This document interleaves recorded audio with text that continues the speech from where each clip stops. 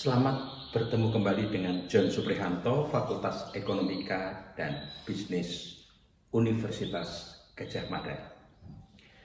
Saya berharap bahwa kondisi kita tetap sehat. Masih ingat terkait dengan sistem terbuka, organisasi sebagai sistem terbuka, di mana dalam sistem itu tidak lepas dari suprasistem, atau berarti kita berbicara masalah lingkungan. Nah, tentunya sebuah organisasi tidak pernah terlepas dari pengaruh dan mempengaruhi lingkungan yang sifatnya selalu berubah. Tema atau subtema kali ini kita akan berbicara masalah bisnis dalam konteks global.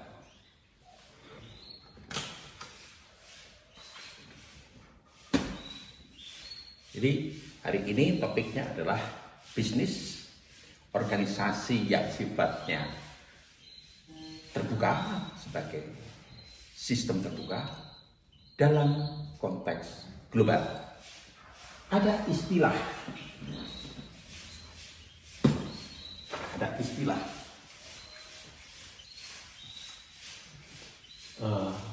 proses globalisasi. Apa itu proses globalisasi? Di sini ada salah tulis, globalization. Apa yang dimaksud dengan globalization? Itu sebuah proses. Proses apa? Proses di mana ekonomi nasional dari beberapa negara, dari belahan dunia ini sendiri, sistem perdagangan dari negara-negara tersebut itu menyatu menjadi sebuah sistem yang interdependen. Jadi di sini kita berbicara masalah bisnis, ekonomi itu saling tergantung. Nah, tentunya harapannya adalah, kalau kita bisa melihat di sini ada wealth, kesejahteraan. Kita harapkan tentunya globalisasi itu pengaruhnya dari lingkungan tadi, pengaruhnya itu positif, tapi tentunya jangan kaget bahwa di sana pun pengaruhnya bisa negatif, atau pengaruhnya dalam konteks threats atau ancaman, bukan opportunity atau peluang atau kans untuk berkembang. Jadi kita bisa melihat kelompok-kelompok negara sedemikian rupa terpengaruh atau kondisinya sedemikian rupa bisa dikelompokkan high income countries. Jadi negara-negara yang pendapatannya tinggi. Bisa juga dikelompokkan upper medium income countries. Jadi menengah. Kemudian low medium income countries. Selain itu juga bisa low income countries, di mana negara-negara sedang berkembang. Nah, itu dari sisi kesejahteraan atau wealth. Sedangkan dari sisi geografi dalam konteks globalization ini tadi, itu tentunya kita bisa melihat kelompok-kelompok negara di wilayah, misalnya benua Amerika, ada Amerika Serikat, ada Kanada, ada Amerika Latin dan lain-lain. Kemudian kelompok negara-negara Eropa secara geografis. Ada Asia Pasifik, ada Australia, secara geografis. Agreement. Nah, masing-masing ini dalam konteks globalization ini, dalam proses ini tadi, itu setiap region, setiap wilayah, itu mereka mencoba untuk membuat satu kesepakatan kerja bersama dalam konteks antar negara. Contohnya NAFTA, North American Free Trade Area. Berarti di sana negara-negara Amerika Utara, maksud saya Amerika Utara, ada Kanada, ada Amerika Serikat, ada Meksiko. Mereka membuat yang namanya North American Free Trade Area atau agreement juga boleh. Demikian juga Eropa, ya toh, ya kita sebut European Union, itu negara-negara Eropa Barat, dan tentunya konteks kita adalah AFTA. Ya, AFTA itu Asian Free Trade Area. Jadi itu ada 10 negara, diantaranya adalah Indonesia, Malaysia, ada Singapura, ada Filipina, ada Brunei dan lain-lain. Ada 10 negara di situ. Ya, agreement. Sisi lain, dalam konteks globalisasi, akhirnya kita berbicara masalah BOP dan BOT. BOP itu apa? BOP itu adalah balance of payment, sedangkan BOT itu balance of trades. Biasanya di situ dikatakan ada surplus, ada defisit. Negara-negara yang relatif dia cenderung surplus itu adalah biasanya sejahtera, dan sebaliknya. Sebetulnya di sini itu keseimbangan antara impor dan ekspor. Jumlah impor dan ekspor nilainya kalau besar impor itu berarti di sini kita defisit. Kalau lebih besar ekspor, kita posisinya cenderung untuk menuju surplus. Tentunya dalam konteks yang lebih detail, BOP atau balance of payment dan balance of trade itu akan kita pahami di materi yang lainnya. Nah, tentunya satu pertanyaan, ini adalah globalization. Teori yang menjelaskan mengapa kok negara-negara ini itu saling berhubungan dalam konteks bisnis internasional atau dalam konteks, kalau kita lihat di sini, dilakukannya bisnis internasional oleh masing-masing negara. Mengapa terjadi perdagangan internasional? Mengapa globalisasi itu ada? Tentunya ada teori yang menjelaskan. Teorinya mengalami perkembangan dari yang paling sederhana menuju kepada perkembangan-perkembangan yang lebih advance. Nah, contohnya dimulai dengan yang namanya merkantilisme atau merkantilisme. Nah, merkantilisme ini termasuk teori yang awal, yang menjelaskan bahwa negara akan menuju kepada suatu kesejahteraan kalau dia mampu melakukan perdagangan internasional, khususnya adalah mengumpulkan sebanyak-banyaknya yang namanya logam mulia. Dalam konteks ini misalnya adalah perak atau emas. Nah, tentunya ini adalah teori yang pertama. Teori yang berikutnya adalah teori yang dikemukakan oleh Adam Smith. Adam Smith mengemukakan yang namanya absolute advantage. Apa artinya? Absolute advantage itu adalah masing-masing negara itu hanya bisa menghasilkan, khususnya hasil bumi, hanya menghasilkan satu macam dan negara lain tidak mampu. Contohnya ini contoh ekstrim, karena ini dengan asumsi banyak. Jadi misalnya Inggris itu hanya mampu menghasilkan gandum. Ya. Nah, Indonesia tidak mampu menghasilkan gandum, secara absolut tidak mampu menghasilkan gandum. Kemudian Indonesia mampu menghasilkan kopi, sehingga secara absolut menurut Adam Smith, mau tidak mau Inggris karena butuh kopi dia harus membeli dari Indonesia.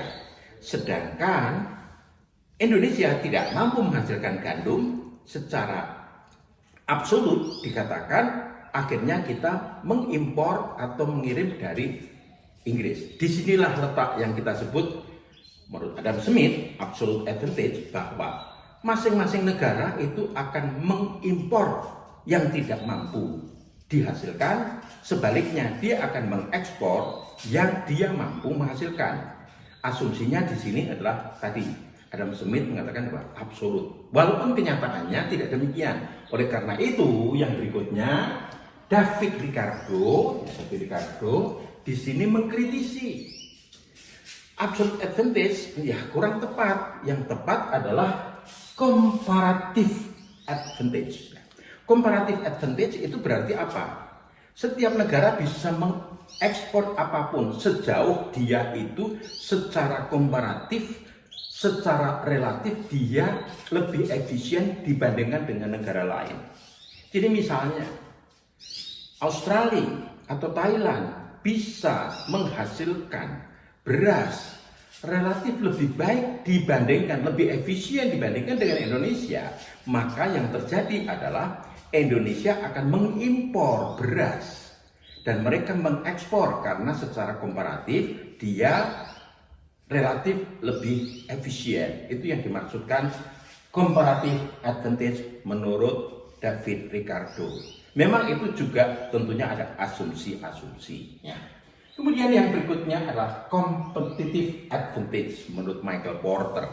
Ya, competitive advantage di sini itu kita berbicara masalah keunggulan bersaing. Ya. Kembali kepada konteks keunggulan bersaing, sama-sama kita bisa menghasilkan, sama-sama efisien dan lain-lain. Tetapi masih ingat, untuk keunggulan bersaing itu berarti satu, dia mampu lebih baik atau mampu melayani atau mampu memuaskan pelanggan lebih baik dibandingkan dengan yang lainnya.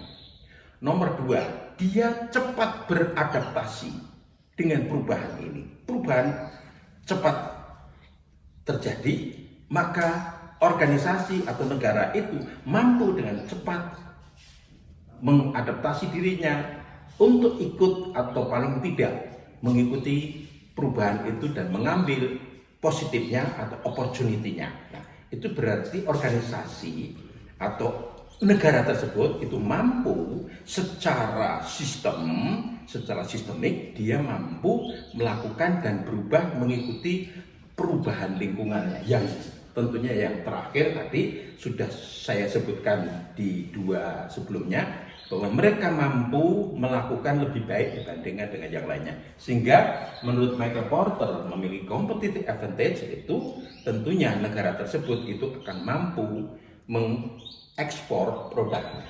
Dan di sini disebutkan ada teori lain yang mencoba untuk menjelaskan tentang bisnis internasional, yaitu yang namanya Heckscher-Ohlin. Heckscher-Ohlin teori di sini itu menyebutkan bahwa tergantung endowment yang dimiliki oleh negara itu. Misalnya, Amerika itu tentunya kita akan mengatakan endowmentnya cenderung modern, advance, sedemikian rupa mereka itu lebih kepada yang namanya capital intensive. Nah, negara-negara yang capital intensive, negara-negara yang advanced teknologi, dia akan mengekspor tentunya yang produknya dihasilkan oleh industri yang capital intensive. Sedangkan misalnya Indonesia atau India dikatakan dia labor intensive, lebih murah secara relatif atau endowmentnya secara relatif dominan di tenaga kerja atau di sumber daya, entah itu sumber daya manusia, entah itu sumber daya alam. Idealnya menurut Heckscher-Ohlin dia akan mengekspor produk-produk yang labor intensif, misalnya garment dan lain-lain yang membutuhkan tenaga kerja. Nah, ini menurut Heckscher-Ohlin.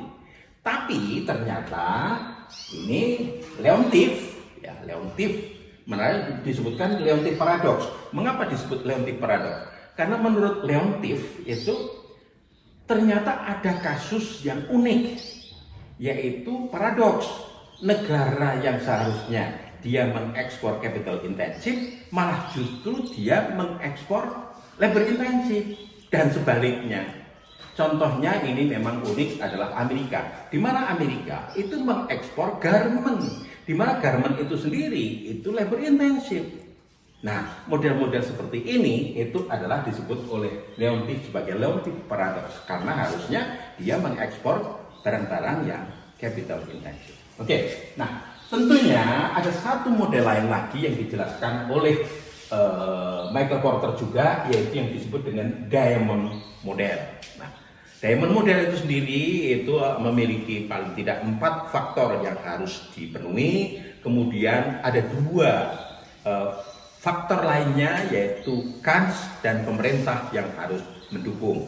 Ini adalah arahnya menuju yang namanya negara memiliki competitive advantage Apakah Indonesia mampu seperti itu? Nanti kita coba bahas di materi berikutnya, yaitu terkait khusus diamond model oleh Michael Porter. Terima kasih.